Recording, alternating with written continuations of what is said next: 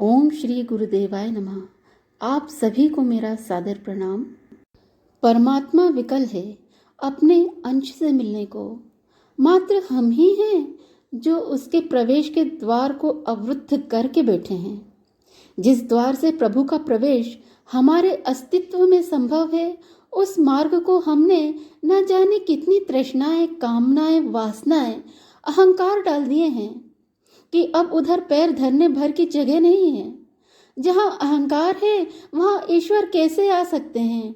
भगवान की अगवानी के लिए पहले उसके लिए स्थान तो बनाना होगा। हम तो पूजा उपासना का आयोजन भी अब या तो मनोकामना की पूर्ति के लिए करते हैं या अहंकार के पोषण के लिए। भक्ति की तरह क्या हमने कभी भगवान को पुकारा है? क्या हमने कभी उन्हें ऐसे बुलाया है जैसे एक बच्चा माँ को, प्रेमी प्रीतम को, शिष्य गुरु को पुकारता है? पुकार सच्ची हो तो भगवान अवश्य मिलते हैं। कहते हैं कि एक बार एक वृद्धा ने दुखी होकर मौत को पुकारा। बोली, ए मौत, कहाँ है तू? मुझे लेने क्यों नहीं आती? उसका कहना समाप्त नहीं हुआ था कि मृत्यु प्रकट हो गई और बोली, चलो मैं तुम्हें ले जाने आई हूँ।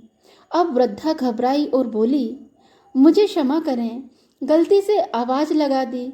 सिर्फ मेरे सिर पर ये पोटली रख दें, इतनी ही सहायता चाहिए थी। हम भी भगवान को यूं ही सिर पर पोटली रखवाने में सहायता देने के लिए पुकारते हैं। हम ध्रुव की तरह उसकी गोद में नहीं खेलना चाहते, बल्कि मजदूर की तरह उनकी सेवाओं का शोषण करना चाहते हैं। यदि भगवान को बुलाना है तो पहले उसके लिए उचित तैयारी तो जरूरी है। मन की, विचारों की, वाणी की, अंतःकरण की पवित्रता तो जरूरी है। कामनाओं से भरा मन प्रभु से मिलन की सच्ची पुकार कभी नहीं कर सकता। वो हटाएं तो भगवान के आने का मार्ग बने, तभी तो उनका प्रवेश, आगमन व अनुग्रह संभव हो सकेगा। जून 2019, अखंड ज्योति पत्रिका, पुकार शीर्षक। हम बार बार कहते हैं कि ईश्वर हमसे मिलते नहीं, गुरु हम पे अनुग्रह करते नहीं, परंतु क्या एक बार, केवल एक बार ही सही, सच्चे हृदय से उन्हें कभी पुकारा है? अगर पुकारा है तो क्या सिर्फ दुखी होकर ही पुकारा है? क्या कभी आपके मन में ये भाव उत्पन्न हुआ है कि हमारे गुरु को या हमारे ईश्वर को हमारी आवश्यकता हो सकती है? क्या ये आवश्यक है कि आवश्यकता केवल मनुष्य को हो या प्राणी को ही हो? ईश्वर को अपने कार्यों के लिए हमारी आवश्यकता नहीं हो सकती क्या? क्या हम उनके कार्यों के लिए अपने आप को प्रस्तुत नहीं कर सकते? क्या हम इतने स्वार्थी हैं? क्या हम इस स्तर से कभी ऊपर नहीं उठ पाएंगे? केवल एक बार विचार कीजिए, अपने आप को, स्वयं को इस स्तर से तनिक ऊंचा उठाएं। एक बार नारायण के हृदय पे हाथ लगाकर तो देखें। वहाँ भृगु ऋषि ने जो लात मारी थी, कहीं उसके कारण उन्हें कोई कष्ट या पीड़ा तो नहीं है? क्या हमारी महालक्ष्मी को कोई पीड़ा तो नहीं है? हम बार बार सुनते हैं कि ऋषि सत्ता ने हमारे गुरुवर का आह्वान किया था उनकी ज़रूरतों को पूरा करने के लिए। जो काम वो सूक्ष्म रूप से नहीं कर सकते थे, उन्हें स्थूल शरीर की आवश्यकता थी। गुरुदेव को बुलाकर उन्हें अनेक कार्य सौंपे थे। क्या हमारे गुरुवर हमें अपने कार्य नहीं सौंप सकते? क्या हम उनके लिए प्रस्तुत नहीं हो सकते? क्या हम एक बार अपने नारायण के लिए ये कामना नहीं कर सकते कि उनके हृदय पे लगी चोट अब ठीक हो जाए? कहा जाता है कि कलयुग तक वो उस प्रहार को, उसके निशान को धारण करेंगे, किंतु एक बार भाव से ही सही उनके हृदय पे कभी मरहम या औषधि लगाई है? एक बार लगाकर तो देखें, आपको भी सुख प्राप्त होगा। हम ये बात जानते हैं कि वो सर्वज्ञाता हैं, सर्वव्यापी हैं, हर दोष से, हर दुर्गुण से, हर गुण से, अवगुण से, हर चीज से परे हैं। किंतु एक बार भाव से ही सही उनके हृदय पे कभी मरहम या औषधि लगाई है? एक बार लगाकर तो देखें। क्या कभी धरती पर भाव से, ममता से और स्नेह के साथ में स्पर्श किया है कि ना जाने कितना भार वो सहन कर रही है? भार अर्थात पाप का भार सहन कर रही है, अपराध का, दोषों का भार सहन कर रही है। हमारा तो वो सहन करती ही है, परंतु एक बार उनके लिए भी थोड़ा विचार करके तो देखें। हो सकता है मेरा यह दृष्टिकोण आपको इतना उचित ना लगे, क्योंकि हो सकता है शायद मैं ही ज़्यादा भावुक हूँ, परंतु भाव में ही तो ईश्वर बसते हैं। यदि ईश्वर को पाना है तो अपने भाव को और अधिक प्रखर करें और अधिक विस्तृत करें।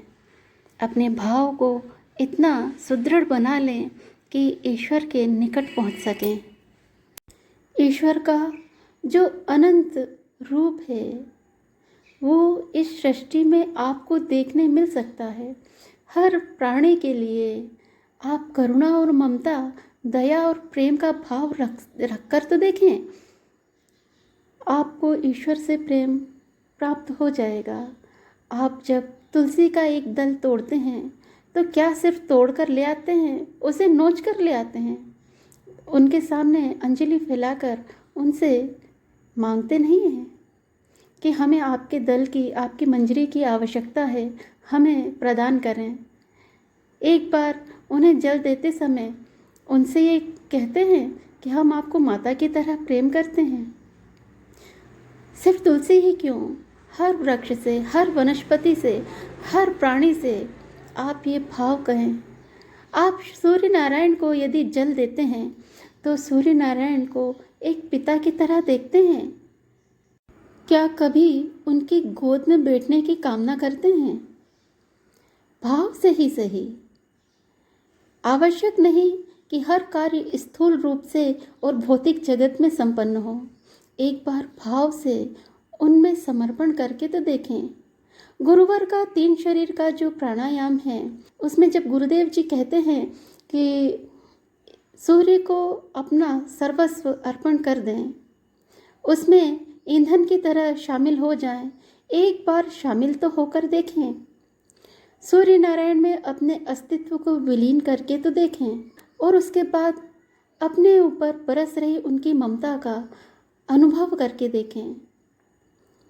आपको वे साक्षात बात करते हुए, जैसे हमारे पिता बात करते हैं, हमारी माता बात करती हैं, आपको आभास होगा।